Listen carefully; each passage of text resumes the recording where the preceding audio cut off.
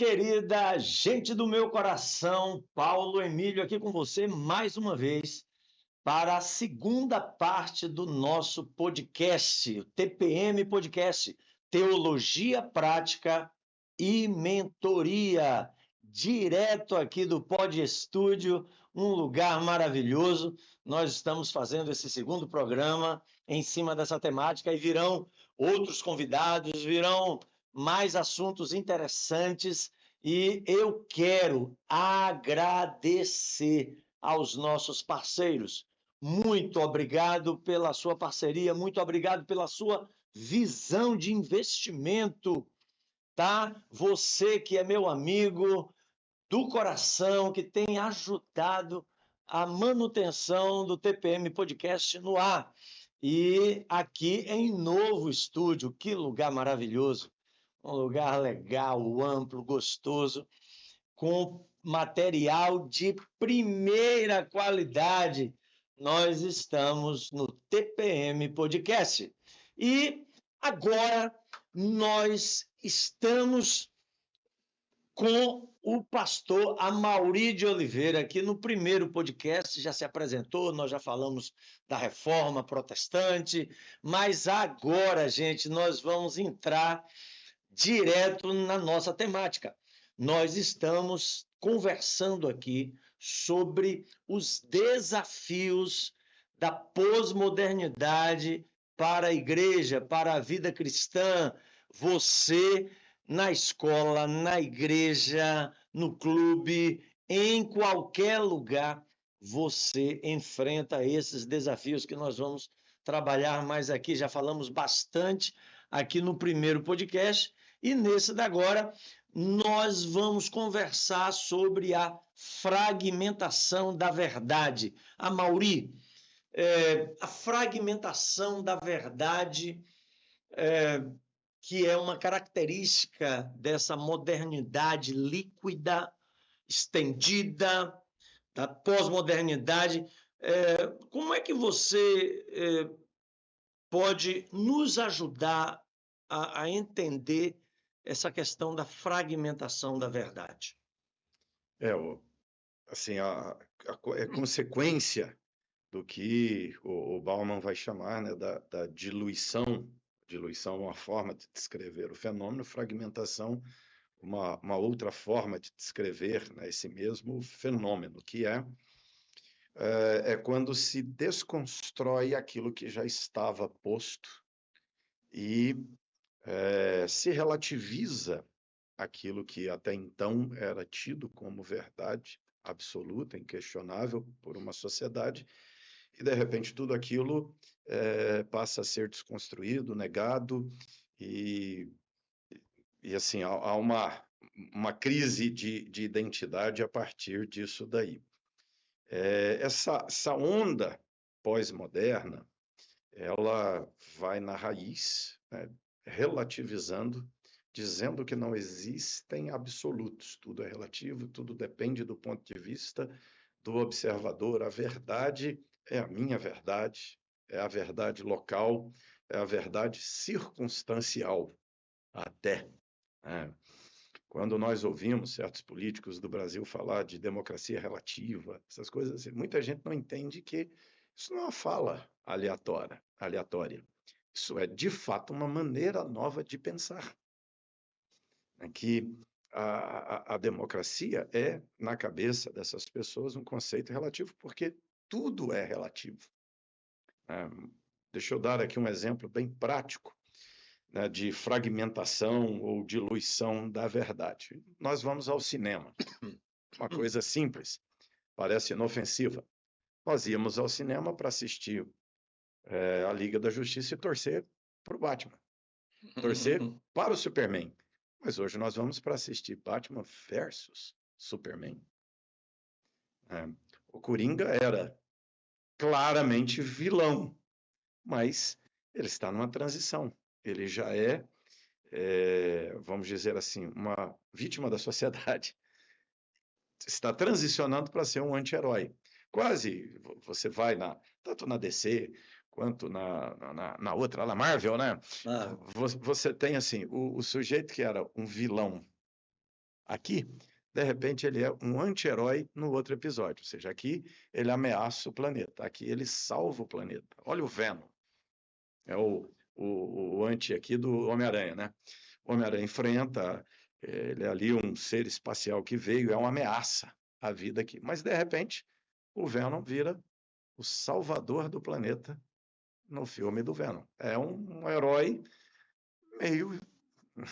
meio esquisitão, tem uns surtos, mata as pessoas, mas ele é herói. Meio doidão. Ele é doidão, não tem ética, ele não tem princípios, ele é flex, ele é mal e bem ao mesmo tempo. Na verdade, ele é pós-moderno. Ele é pós-moderno. Por quê? Na concepção, essa fragmentação existe um pouco de bem no mal, um pouco de mal no bem.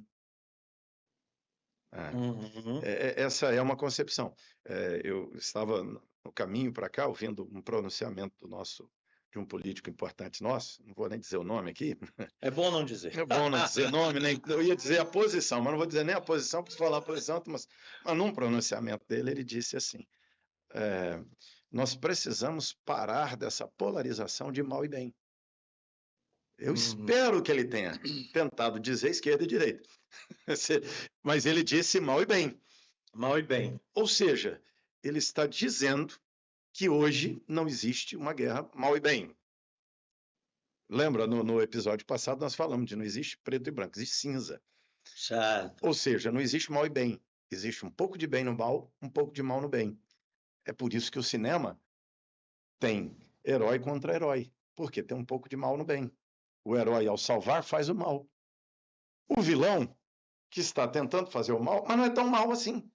Bonzinho. Ele é uma vítima, tem uma intenção boa lá na frente, ele queria preservar o povo dele, por isso que ele queria destruir a humanidade, ele queria preservar o meio ambiente, por isso que ele queria destruir a humanidade. Então, assim, é essa concepção que parte dessa relativização de todas as coisas. Esse é o conceito do relativismo que vem da modernidade, que se estende nessa chamada pós-modernidade, que é a liquefação, né, de tudo que é sólido aqui. Então, é nisso que avança a fragmentação da verdade. A verdade não é mais algo sólido, ela é despedaçada, tem fragmentos, e nenhuma verdade é parte da verdade toda. Ou seja, tudo é relativo, tudo é circunstancial, por isso que a verdade é um fragmento da verdade.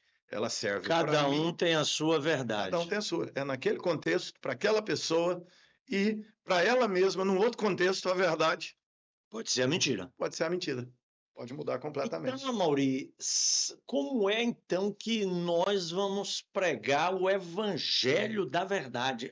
Assim, essa é uma questão muito séria, porque atinge as crianças. Você citou vários filmes que os adolescentes, pré-adolescentes estão assistindo. Então, essa questão cultural vem sendo fragmentada em múltiplas faces, e aí você agora, quando vai educar alguém, quando você vai educar uma criança, quando você vai educar o seu filho, agora mais não, porque nossos filhos já estão praticamente todos educados, mas os pais que hoje querem educar os seus filhos em torno da verdade, o que é que ele tem que ensinar? O que é que ele vai ensinar? Ele vai ensinar essa multifacetada verdade ou ele vai ensinar a verdade? E aí, se ele for ensinar a verdade, vai chegar na escola, você vai ter um discurso flex, um discurso fragmentado em torno dessa verdade. Como é que a gente faz? Então, o cristão precisa entender muito o ambiente no qual ele está hoje. Nós estamos andando numa areia movediça terrível. Permanente. Viver no século XXI é andar num ambiente pantanoso, areia movediça, armadilhas para todo lado. Complexo, desafiador. E mais do que nunca, o cristão precisa entender o tempo que ele vive. Então, a primeira dica é essa. Entender ele tem que o entender. tempo. Ele tem que entender a cabeça do século. Vamos chamar aqui de o espírito do século. O cristão precisa discernir o espírito do século, que está lá no sujeito não cristão, que está até em alguns cristãos, que é o que chamamos de secularismo, o cristão secularizado. É um cristão que professa a fé, mas ele pensa do jeito que o século pensa. Sei. Ele não fez aquilo que Paulo ordenou em Romanos 12 lá, né? Que é não conformar com o século, mas transformar. Há muitos cristãos, há muita literatura cristã, há muita denominação cristã, há muita igreja, há muito discurso teológico totalmente rendido ao espírito do século. Ele reproduz esse espírito do século. O crente tem que discernir isso, em primeiro lugar. Em segundo lugar, ele precisa discernir claramente o que é, vamos dizer assim, o espírito cristão, que é a essência do cristianismo, que nós vamos chamar aqui de cosmovisão bíblica. Esse é o maior desafio. Cosmovisão bíblica. Formar nas crianças, nos adolescentes nossos, a cosmovisão bíblica. Formar nos crentes nossos a cosmovisão bíblica. Ele precisa pensar biblicamente. Ele precisa aprender a fazer da Bíblia a sua lente de leitura da vida. Certo. Porque se eu me descolar da leitura da vida a partir das Escrituras, eu não tenho referência para andar nesse mundo. Eu não tenho referência. Por quê? Porque a grande característica da pós-modernidade é não ter referência. Você está completamente no escuro, ou seja, cada um tem sua verdade. A verdade é o que você quiser que seja verdade. Ela é uma era que desconstrói tudo. Começou, vamos dar o exemplo, desconstruindo sexualidade. O homem pode ser mulher, a mulher pode ser homem. Agora, olha onde nós estamos. O homem pode ser um animal. O homem pode ser um pet. Se ele se sentir como tal. Eu me identifico como um gato, então eu tenho que ser respeitado como um gato. A gente, lá em São Paulo, já tromba com essa cena pitoresca nos shoppings, quando você vai andar, o sujeito andando com o outro na coleira. Porque o outro se sente um animal, um parque onde você tem lá 10, 12, 15 pessoas que se sentem cachorro brincando juntas na grama, pulando uma na outra, rolando, mordendo uma outra, roendo o osso, porque elas se sentem um cachorro. E eu, se julgo que isso é errado, Você vai ser até processado. Posso ser processado se eu disser que isso é errado, que isso está equivocado. Né? Então, assim, eu tenho que entender esse espírito do século, entender a minha cosmovisão cristã, de que, primeiro, eu não estou em guerra contra esse indivíduo. Paulo já disse, a nossa luta não é contra carne e sangue, não é contra pessoas. Então, eu não posso, e aí é um dos equívocos de vários crentes, sai atacando, xingando todo mundo, quer tacar fogo no homossexual, quer tacar fogo no sujeito. Não. O outro não é o meu inimigo, o outro é meu campo missionário. Entendo. E eu tenho que aprender a construir mais do que nunca um cristianismo de agenda positiva e não negativa, que é um cristianismo do que é e não um cristianismo do que não é. Sim. Nós não podemos ficar na agenda de dizer o que é pecado, dizer o que é errado, de condenar e atacar o que é errado. Eu tenho que construir uma agenda muito firme do que é o certo. Mais do que nunca eu tenho que ensinar Gênesis. Criou Deus, homem e mulher os criou. Em lugar de ficar dando a lista para as crianças do que é errado, eu tenho que dar a lista clara para as crianças da igreja do que é certo. Porque nós consideramos como verdade absoluta. Uma verdade absoluta. Eu tenho que ensinar, eu tenho que clarear isso. Né? Então, Maurício, só pegando esse gancho aí, depois você pode continuar. Enquanto você está falando aí, eu estou imaginando que o ensino e a evangelização de crianças e pré-adolescentes é essencial para a vida da igreja e para os pais. Pais que têm crianças e adolescentes, pré-adolescentes, né? Eu acho que pré-adolescente já é hoje é o nível máximo assim para você poder ainda fazer alguma coisa, né? Idade 9, 10 anos, 11 anos, já é meio complexo, mas acho que 8 a 10 anos a gente precisa dar uma ênfase E um investimento, né? A igreja precisa investir nas crianças, né? Demais nesse tempo que vivemos, mais do que nunca, né? Igreja e família precisa ganhar o coração desse menino, forjar o caráter dele e formar cosmovisão bíblica nele na primeira infância dele. Esse é um desafio para a igreja. Mais do que nunca, a igreja tem que cuidar das suas crianças. A igreja tem que formar a mentalidade das suas crianças, ter um bom ensino bíblico para as suas crianças, ter um ensino bem definido, construir uma identidade cristã bem sólida ali, porque é exatamente ali que o espírito do século ganha o coração das nossas crianças.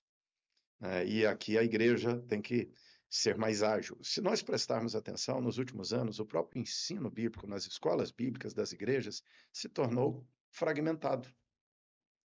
Olha uma coisa capciosa. Boa parte das igrejas ensinam as histórias bíblicas. Lá na igreja eu tenho trabalhado com os professores e nós estamos treinando, produzimos um material para ensinar os professores a não mais dizer as histórias bíblicas. Nós estamos usando até uma linguagem mais moderna. A gente fala assim, a história bíblica em 2 temporadas. Velho e Novo Testamento são usando a linguagem das séries, né? Primeira temporada 1, temporada 2. E cada parte ali é um episódio. Porque é vital para as crianças entenderem a linha do tempo, entender a história, de onde viemos, porque é na história que está a nossa identidade. Na linha do tempo, de onde viemos, para onde estamos indo, que está a nossa identidade. Então, nós temos que ensinar essas crianças que de Adão até hoje tem uma linha do tempo, tem uma história em andamento. É uma história só. E a Bíblia está contando essa história. Não são as histórias bíblicas. Muitas vezes, na escola bíblica, tem várias lições. É só olhar aí que vocês podem achar. Que assim, conta a história do Sansão, moral da história. Tá vendo, crianças? Tem que ser forte como Sansão. Não é disso que a Bíblia está falando. Não, tem que ser corajoso como Davi. Não é disso que a Bíblia está falando. Não é sobre Davi, não é sobre Sansão, não é sobre Josué, não é sobre Moisés. A história é sobre o Senhor Jesus. Então tem um eixo de história. Nós temos que ensinar isso, mas assim, linguagem da própria Bíblia de Deuteronômio, inculcar. Nós temos que aplicar o método de Deuteronômio. Inculcarás aos teus filhos. É o grande problema que eu vejo, Amaury. E antes de falar desse grande problema, você que está aí nos assistindo e ainda não deu o seu like e ainda não compartilhou esse podcast, você está perdendo muito, hein? Faça isso agora. É rapidinho, 2 cliques, compartilhe, envie para um número de amigos seus, pessoas da igreja. Aqui você recebe sempre uma teologia prática para a sua vida. É o que a gente está conversando aqui. Teologia para a sua vida. Agora, Amaury, por que, então, muitos pais não querem priorizar? Eu tenho visto, Amaury, que muitos pais não estão priorizando a presença de suas crianças nas escolas bíblicas. Isso em vários lugares aí no Brasil. A gente tem visto escolas dominicais, né, chamada escola dominical, fracas, mal frequentadas, mal preparadas, e porque as crianças não vão, a igreja não prepara o melhor. E a igreja não prepara o melhor porque as crianças não vão. Então, quer dizer, e os pais... Ciclo insano aí, né? Os pais que deveriam acordar para essa verdade não estão acordando. O ciclo insano é esse. A igreja erra porque a família erra porque a igreja erra. O erro de um causa o erro do outro. Então, eu entendo que a raiz disso está na mentalidade não bíblica dos pais. A secularização. Ela nos acertou em cheio. E eu escuto, né, pais às vezes dizerem assim, eu morro de dó de acordar meu filho domingo de manhã para levar à igreja, porque ele já acorda cedo a semana inteira para ir à escola. Eu tenho dito em vários lugares, olha, eu prefiro que meu filho não vá à escola do que deixar de ir à igreja. Ele tem que ir nos dois, mas assim, por ordem de valor, Os pais inverteram o valor. Os pais estão preocupados que o filho aprenda matemática, geografia, ciências, outras aí. Ótimo, tem que se ensinar sim, mas ensinar o caminho que deve andar é muito mais importante, porque isso determinará que tipo de matemático meu filho será, que tipo de engenheiro meu filho será, que tipo de médico meu filho será, né? E eu não sei se tem algum cristão contente com o que está acontecendo no mundo hoje. Eu não estou, eu não acho que está tudo no lugar. Eu acho que está tudo fora do lugar. O mundo está uma desordem. O mundo está, como diria o Giddens, que é vamos dizer assim, uma espécie de sucessor do Bauman, né? O Giddens, que é um sociólogo, um baita sociólogo, ele chama de mundo em descontrole para controlar. Ele nem é escatólogo, falando de escatologia, de controle total, ele fala que há um caos, há um descontrole intencional sendo causado no mundo para se controlar o mundo, né? Coisa profunda isso aí, cara. Profunda, é uma tese sociológica, isso não é escatologia, né? Uhum. É academia isso aqui, né? E está lá, tem as discussões, só lê O Mundo em Descontrole, percebe-se o que ele fala. E nós temos, deixa eu dar uma pontuada numa coisa aqui, só para perceber o quanto está em descontrole. Muitos cristãos entendem hoje, por exemplo, que o movimento LGBT, que é um movimento inimigo do cristianismo, que o movimento feminista é o inimigo do cristianismo, e tem os ataques acirrados. Mas é interessante que no meio progressista, o movimento feminista está sendo atacado. Por exemplo, se lê Judith Butler, se lê O Preciado, você verá nesses autores atacando esses movimentos. Por quê? Porque o movimento LGBT é um homem que quer ser mulher, defende os direitos desse homem de ser mulher. É uma mulher lésbica que quer ser homem, então defende os direitos. O feminismo defende o direito da mulher. Mas essa agenda ultra pós-moderna, mais avançada, indo para onde realmente o espírito do século está conduzindo, entende que esses movimentos são da modernidade sólida. Por quê? Quando o movimento feminista defende direito da mulher, está dizendo que existe mulher. Essa nova agenda diz, não existe mulher.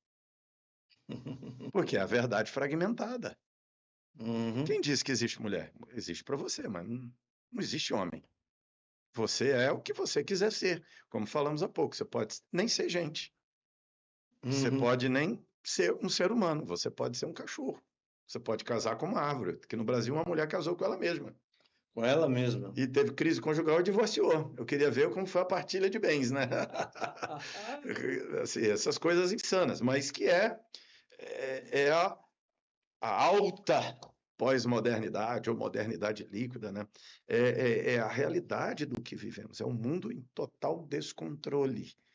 E eu, como pai, tenho que entender a gravidade desse momento e, mais do que nunca, ficar atento. Se você tem filhos, se você está na fase da primeira infância, tem cristãos que dizem assim, não vou ter filhos. Não, isso também é tolice, né?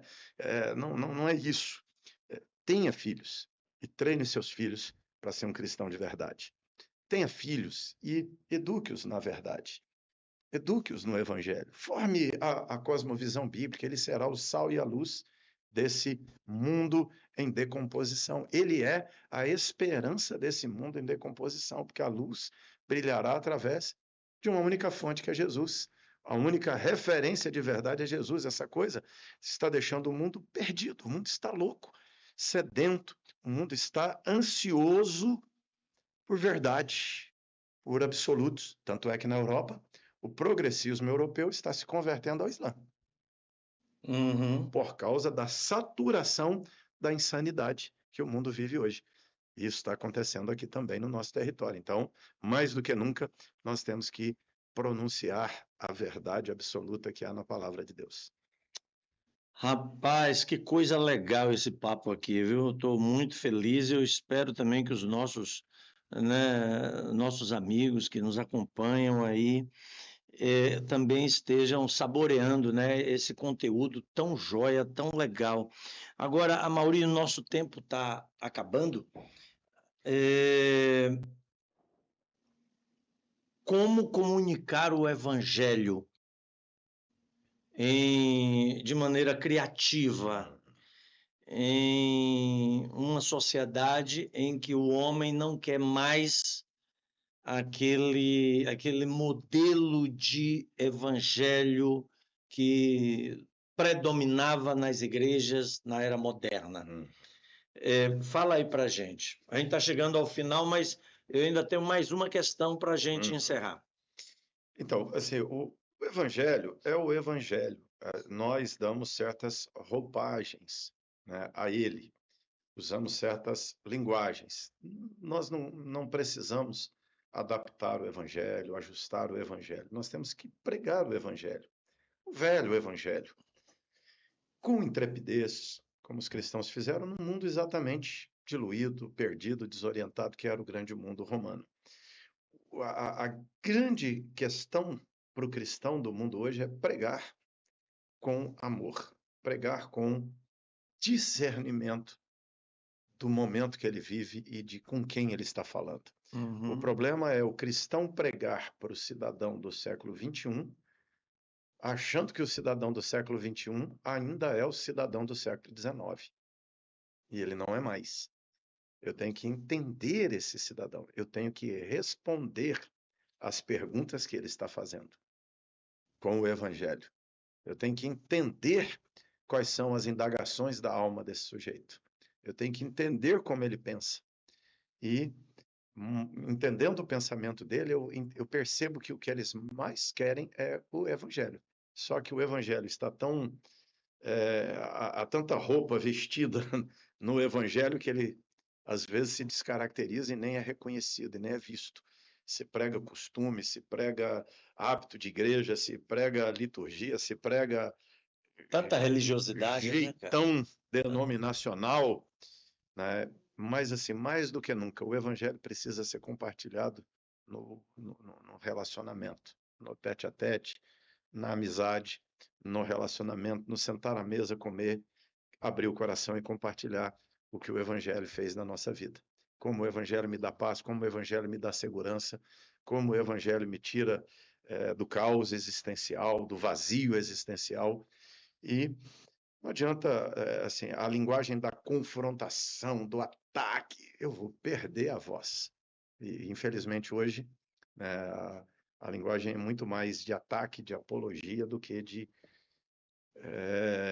identificação com a dor e entender que eu posso responder à dor daquele indivíduo com o evangelho que me curou. Você colocou aí uma coisa, você falou uma palavrinha aí que era essa palavrinha que eu estava esperando, que é a questão do amor.